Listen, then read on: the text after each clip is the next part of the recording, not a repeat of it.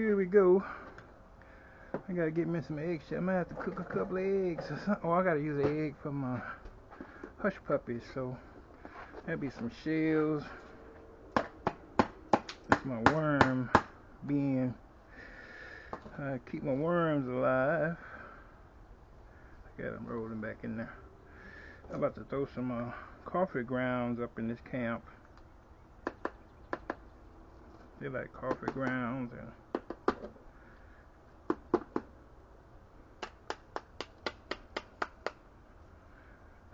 eggshells. I use my wife, when she uses eggs, she puts the shell back in the carton. And I usually, God, I'll put some of those in there too, but she's already thrown that away and it got by me somehow, so I'm just making do. Alright. We're gonna, I might not be able to use this sink either. I guess I could though, cause, yeah, I guess I could. Anyway, I'll rinse this out. It ain't gonna hurt to rinse this out in here either.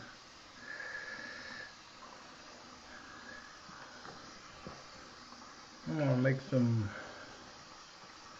hush puppies. As soon as my wife is up and off to work. I have free reign of the kitchen. Get all my grounds over there. But this is bullhead catfish that I caught the other day. And this is carp.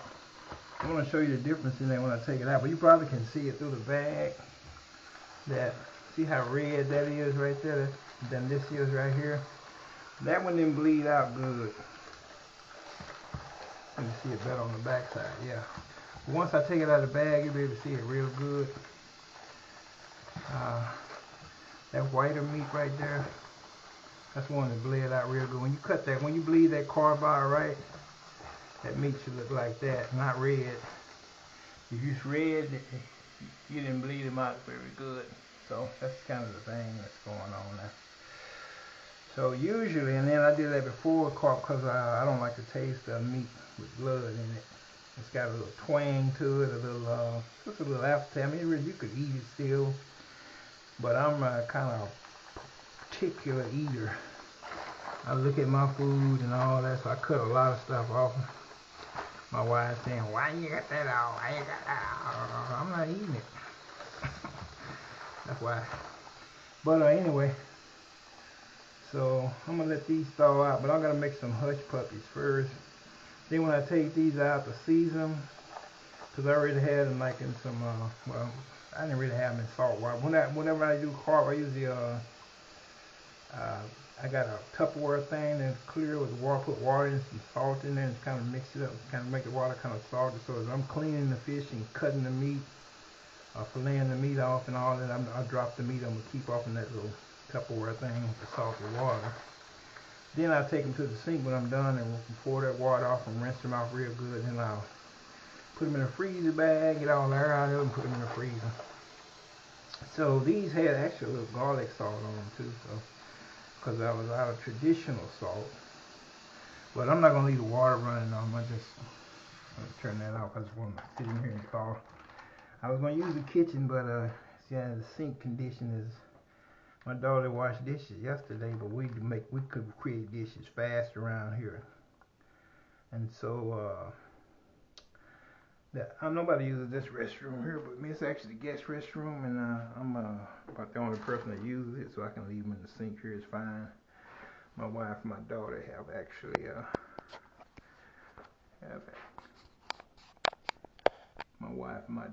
actually confiscated the master bathroom, so it's hard for a brother to get in there.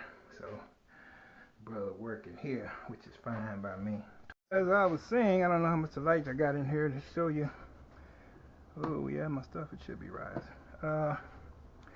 You can see now, I guess in this light is even better. You can see how red this is, redder than these pieces and the catfish, because this carp, I bled him out, but evidently I didn't bleed him out that good, or He might have not been in the water as long as the other ones was bleeding out, but they were all actually extinguished. So why that is redder shouldn't be. But if it you can always use that for bait though.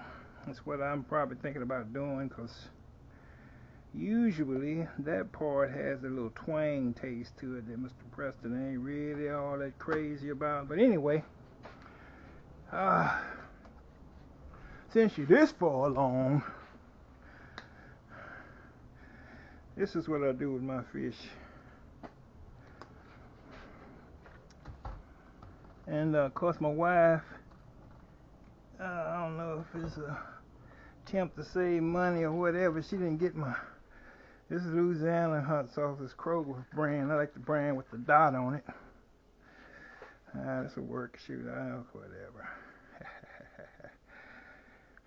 Yeah, whatever. So now comes the messy part, because you have to get in here with your hands and kind of mix it all up real good like, and then incidentally, I didn't tell you about the carp. I don't that one piece, that strip around the back, I don't usually cut that in half or nothing. I move the bones after I cook it. So I cook that. The water, I'll cook that, and when it's done, it's time to eat it. I remove the bones. I don't worry about them right now. I don't worry about it right now. Let's see what my grease is. 364. Oh, that's kind of high. Let me go down a little bit to 5. I don't want it smoking before. Turn that down a little bit. Y'all can still hear me. And here is my fritters. Well, fritters, they actually that's what I call them, fritters. They actually hush puppies.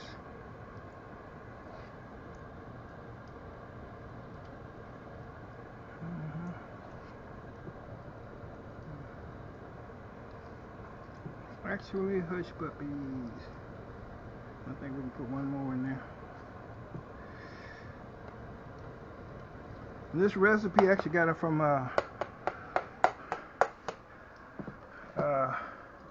cooking, old school cooking, my boy on YouTube, and it kind of worked out good for me, because I ain't a real chef, a real cook like that. So it was a recipe I could follow, and I did it a couple times already, and it worked just fine. It did work just fine. I sure appreciate that, brother. I'm gonna give you kudos too for it. What Mr. Preston doing. Then where's my base? There it is, right there. No, that's not what I want.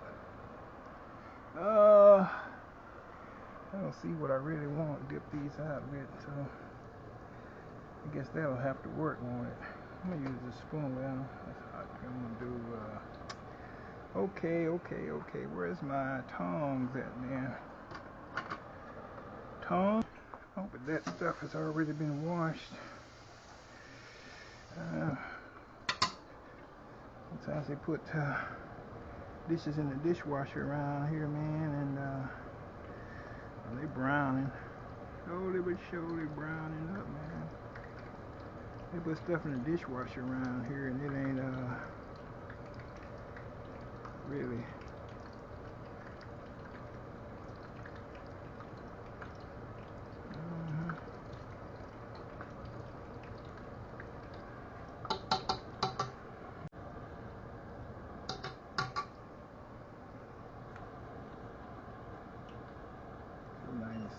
Came down a little bit, bump it back up a little bit.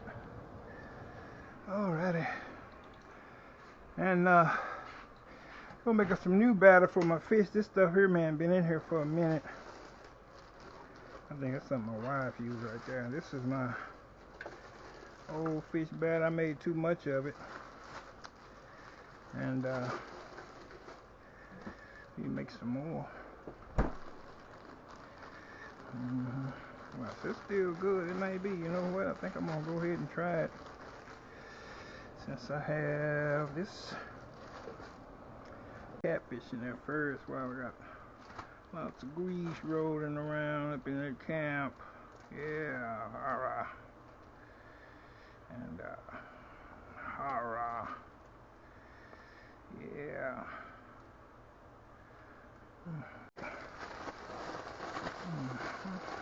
Oh man, look at my bags coming loose. Some of these bags, they don't last long. God dang it.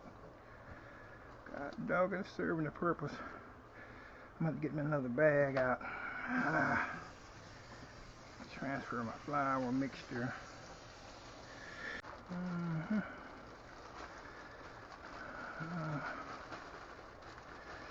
Alright, there we go. Okay. Crazy, man. These bags, man, sometimes that little zipper on them get clogged up. And you gotta change the bag. There we go. Alright, we good. Alright, we good.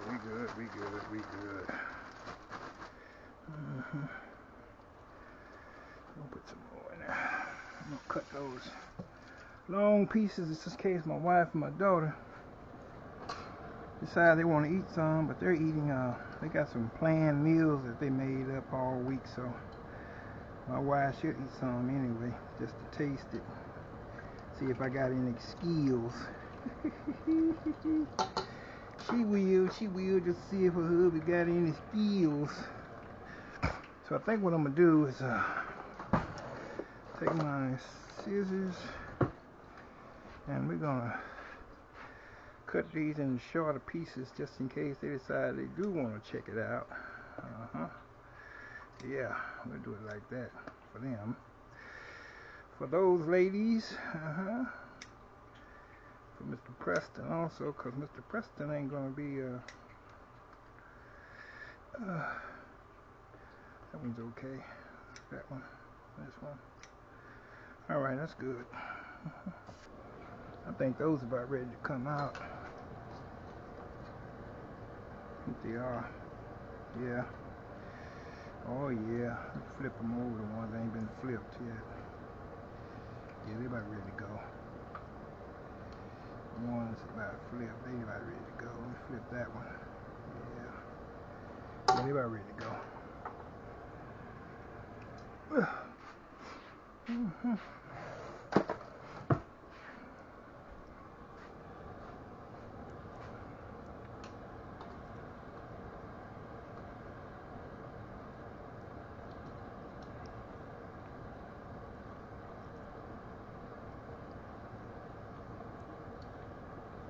In there.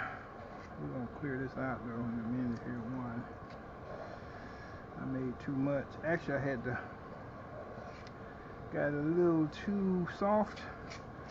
He said when you do that, you can add a little more dry ingredients in it. So I did, and here's the dry ingredients.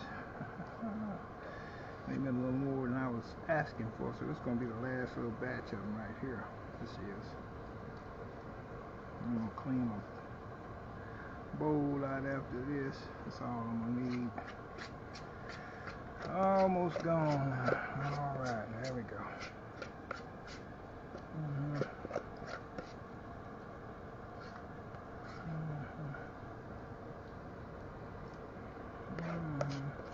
It's gonna be all of it anyway.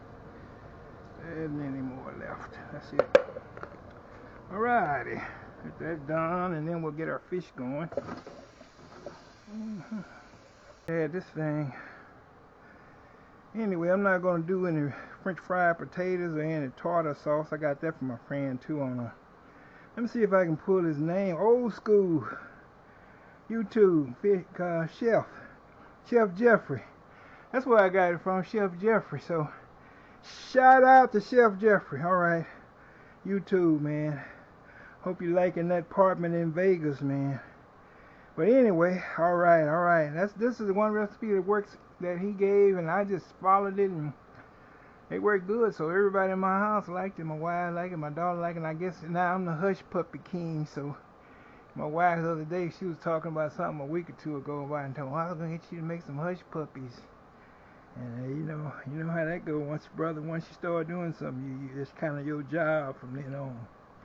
But anyway, yeah, shout out to Chef Jeffrey, YouTube, old school cooking show, Chef Jeffrey. All right. Hey, well, I got your tartar sauce too, brother. I ain't tried it yet, but I'm planning on trying that too, man.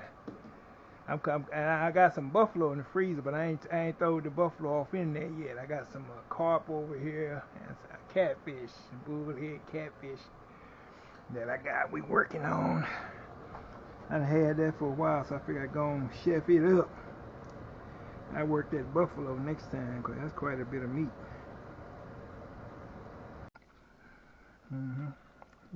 Skillz. Oh yeah. Oh yeah.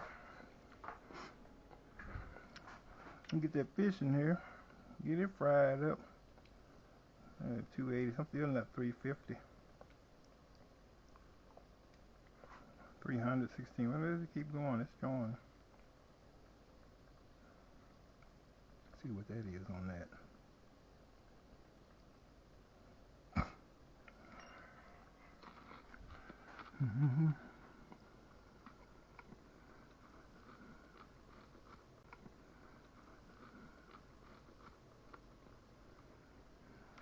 Oh yeah.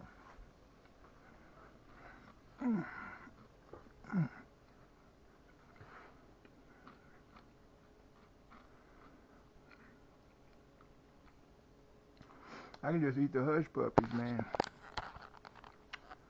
Them hush puppies on. I can just eat them jokers. I could if I wanted to. I hope y'all can see all this, man, because I'm stacked up head camera. I feel probably I don't have my other stuff in my stand. I could have said it. I don't have nowhere in the counter. My wife, there ain't no counter space here. My wife cooks cakes for people. She got a cake business, cakes, all that stuff she cooks up for people. And so she got all kind of equipment all up on top of the countertops. Then in the dining room is full of her stuff. She got equipment, pans, props, all kinds of stuff, man, she's got. And then over in this corner back over here, all that's cake stuff up over there. And that cabinet, she got a lot of stuff, cake stuff in there too. So we really needed a bigger house, bigger kitchen, but we need a big kitchen open with an island in it so she can do her thing and not be crowded in like we're crowded in right here. But what it is, and we'll work it out. I think it's about time to move these bad boys out. Good. As my boy Wade Fisher says, fish drop. Fish drop. We'll drop that catfish in there first. He gonna drop the temperature of it down.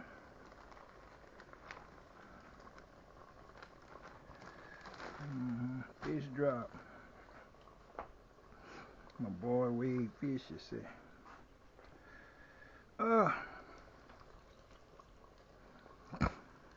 I subscribe to a lot of you guys' YouTube channels, man. Like them, subscribing. Once I had so many subscriptions, I had to take some of them off. I'm like, I'm subscribing to everybody, man. But I had to cut some slack there, baby. See that temperature on that grease, 330.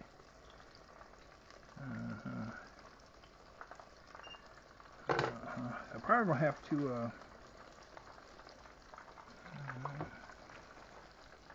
I'm probably gonna have to drop some of that carp in there.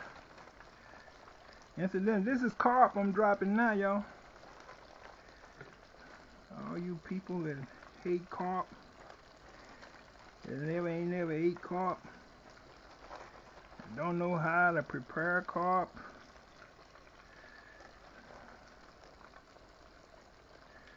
Sorry. Anyways, what we're here to do anyways, eat some carp. And so hush puppies and carp I prepared earlier, and we've already prayed them. You can see the bones. I usually just take the bones, man, out. Man, don't even worry about it.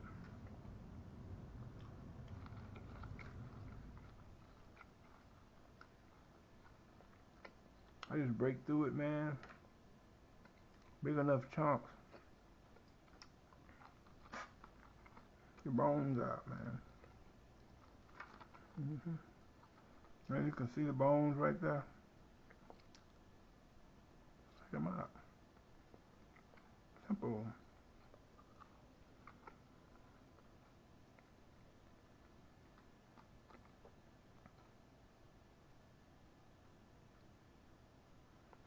I'm old enough not to swallow no bones. Unless, of course, you get greedy. And these pieces, like these smaller pieces, see, you can see the yellow line of the mustard coating, and it'll hold a lot of that breading around it. So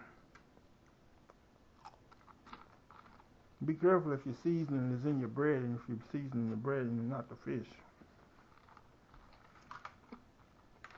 But it is good. Y'all gonna ask me what it tastes like. Tastes like the last time I ate it. Tastes like fish.